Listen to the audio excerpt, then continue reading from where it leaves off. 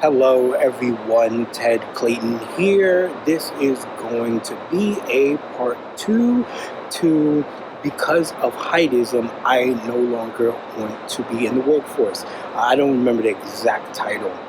I like to be very precise in my title. You can say that I have OCD, but it's just more for archival purposes, and I just like to look good. That's it. Everything just nice and neat. No hang-ups. It's just nice and neat. You never know. A supermodel could just be looking at my site, and she'll think, "Oh wow, this guy really has his stuff, put together." So that's that. But actually, in general, I didn't know whether to file this, do this video from the standpoint of the workplace, making this a part two of because of Heightism. I don't want to work in the workforce, be in the workforce. Part two of that, or if this is more, I continuing with the I Hate Big and Tall Men series, because it kind of works off both the two. But I'm going to stick to the workforce because this is this is not a direct criticism to someone. This is more of a system-based thing. And what I'm going to kind of get to the point, or just skip ahead a little bit, but what I am getting to, for anyone that's trying to just jump ahead or see the trajectory I'm going with this, I'm more going along the lines of, and again, just keeping this scientific, mass formation psychosis. For just anybody who is looking into this, just kind of trying to either jump ahead or look between the lines, that's really where I'm at with it. Because what I'm seeing is that people are now being sloppy. Okay, now this still has to do with height, but again, to break down between some, criticizing big and tall men, the differentiation between men, or perception. I'm sticking with perception. So this is why this is now going under the workforce. So now what happened? So I was just let go. I was just separated from two jobs at the same time. One right after the other, one the day after the other. Now, I'm not going to get into that. That is why I do say mass formation psychosis. But I'm not going to break that down, because for argument's sake, we're going to say it's synchronistic, right? So we're going to leave it at that. But I have seen this happen before, or this has happened before to me.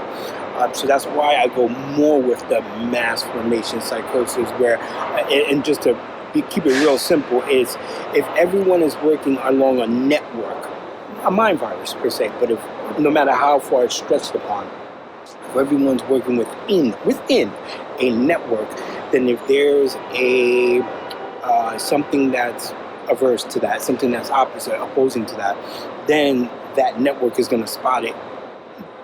But then they don't adapt to it. They give the same responses. So that's where it gets kind of weird.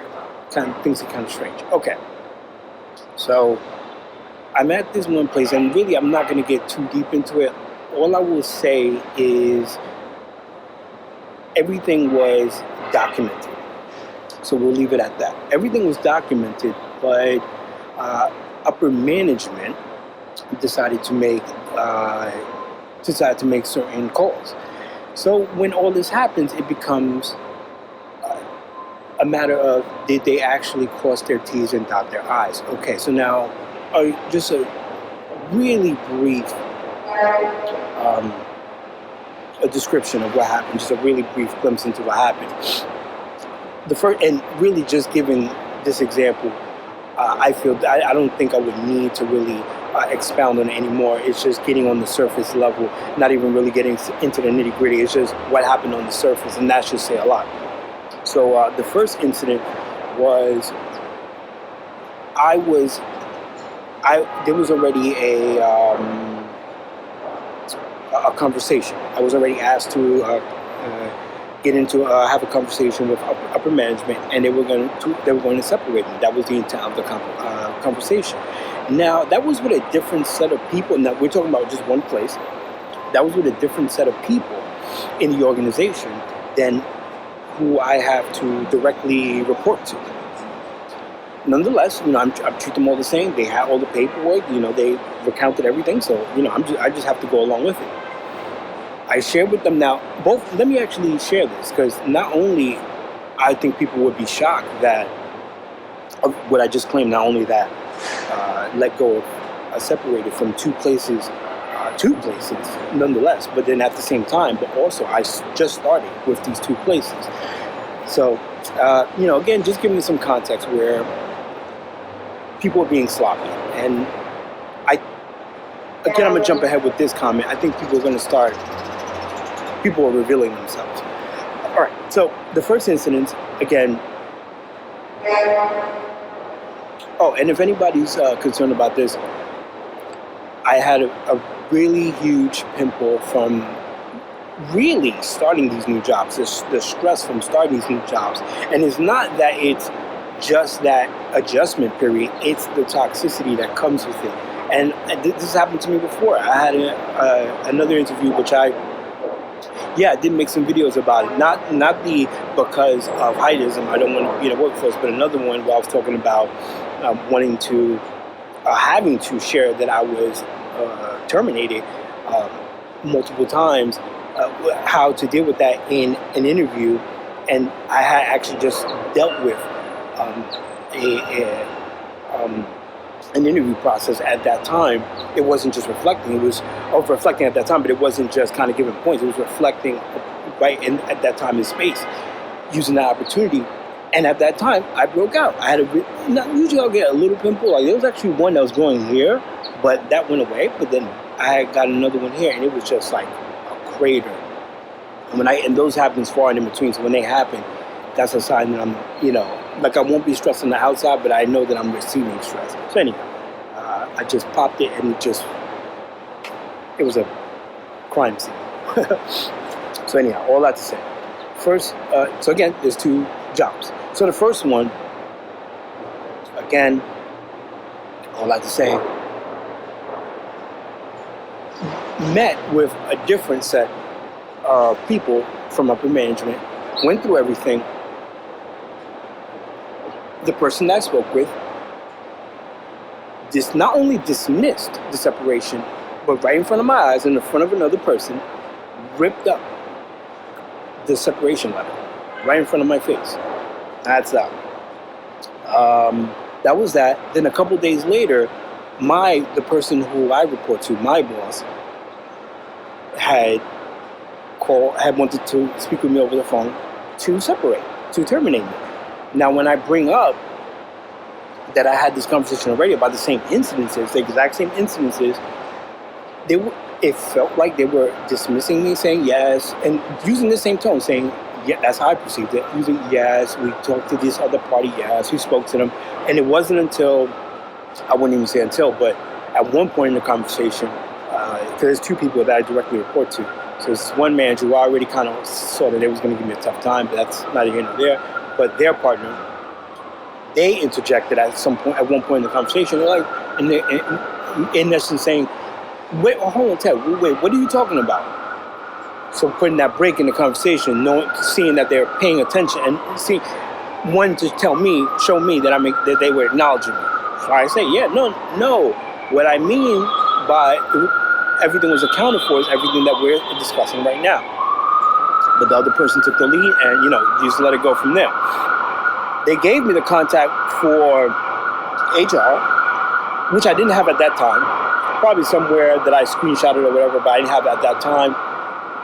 So, they offered it. They extended it. They were actually the ones to extend it. Remember, so I was let go by a different set of people, same department, upper management, but same company, all upper management. I expressed to them that this was already discussed and wanted to acknowledge that, if they actually did have the conversation, and then went further into to asking, well, why did they make the decision anyway? If that conversation was already had, I never got an answer to that. Just the contact for HR. I reach out to HR, and when I bring that fact up, that the conversation was already had, the response was, in essence, oh. So we'll leave it at that. And again, just trying to keep this video short. I don't feel like I need to fill in the gaps for that. I think that kind of speaks for itself. Now, the second situation, again, dealing with somebody who I believe was being unreasonable. It was actually two parties, and this is where more so the big and tall aspect comes in, because it was someone that was trying to intimidate me. I would say that much, just by the way they were doing things, the way they were singling me out, the tone they were using, the tenacity. Just repeatedly just going after me, and it not working, but then still doing it. But then more so is doing it in front of people. See, that's where it gets. Yes, it crosses a line, sure, but then it becomes a thing of, hey man, you might want to stop while you're ahead, because you've been losing. And you're still losing. And the funny thing about it was, this is where the big and tall comes in. The aspect of it comes in. There's actually two big and tall men in this situation, and I'm gonna explain what's going on right now in a second. Exactly what's going on. But the first individual in this second scenario, second location, it was a gentleman that was. I'm gonna skip ahead, but. Actually, let me stop right there. Forgive me, because there's a lot of things, and I do want to keep this video short. I have to interject this. In the first company that I was in, there was a gentleman there that was part of upper management that I had to report to, that actually I was training. That was my exact same height.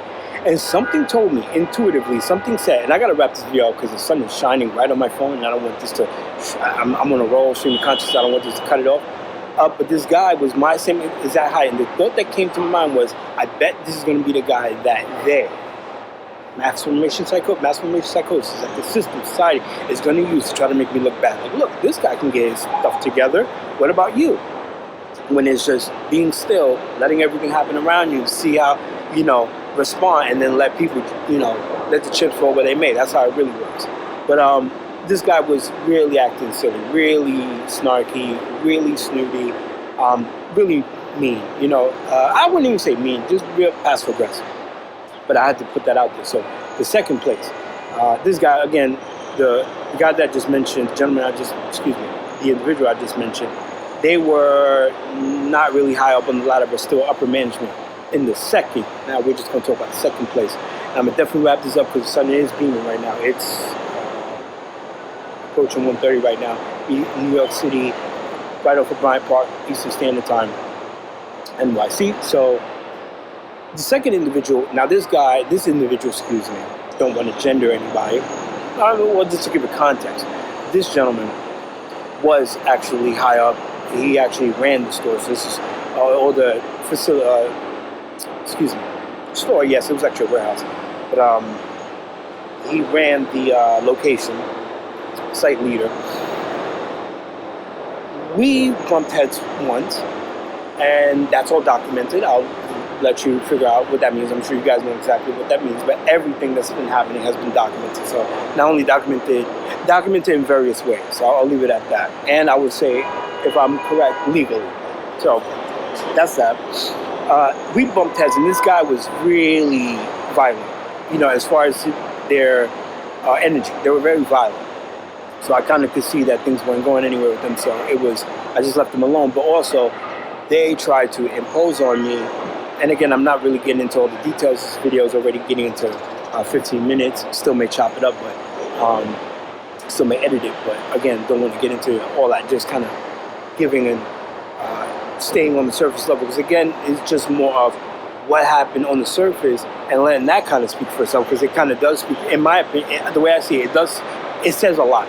It speaks volumes. Again, the first situation is, had one meeting, along upper management, had one meeting with one group, but then a meeting with a different group, it had two different results.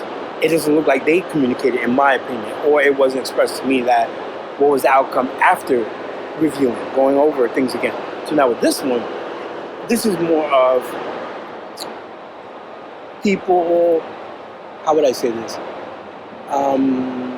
Thinking that everybody was on their side. That's the simplest way I can put it. Not really seeing the lay of the land. Simplest way I can put it. So, again, the gentleman that was the lead, they were trying to impose on me. It didn't work, and it was actually in front of everyone. So that, you could say you kept that as documentation. But it's further documentation, more extensive documentation. But then this past Sunday, I guess they wanted their lackeys to put it in layman's term, to do their job, and it was a big and tall man. So I guess they were trying to move their weight around. I think that's the expression, move their weight around. And it didn't work. I just kept, again, it's not being disrespectful. It just, again, kept just countering.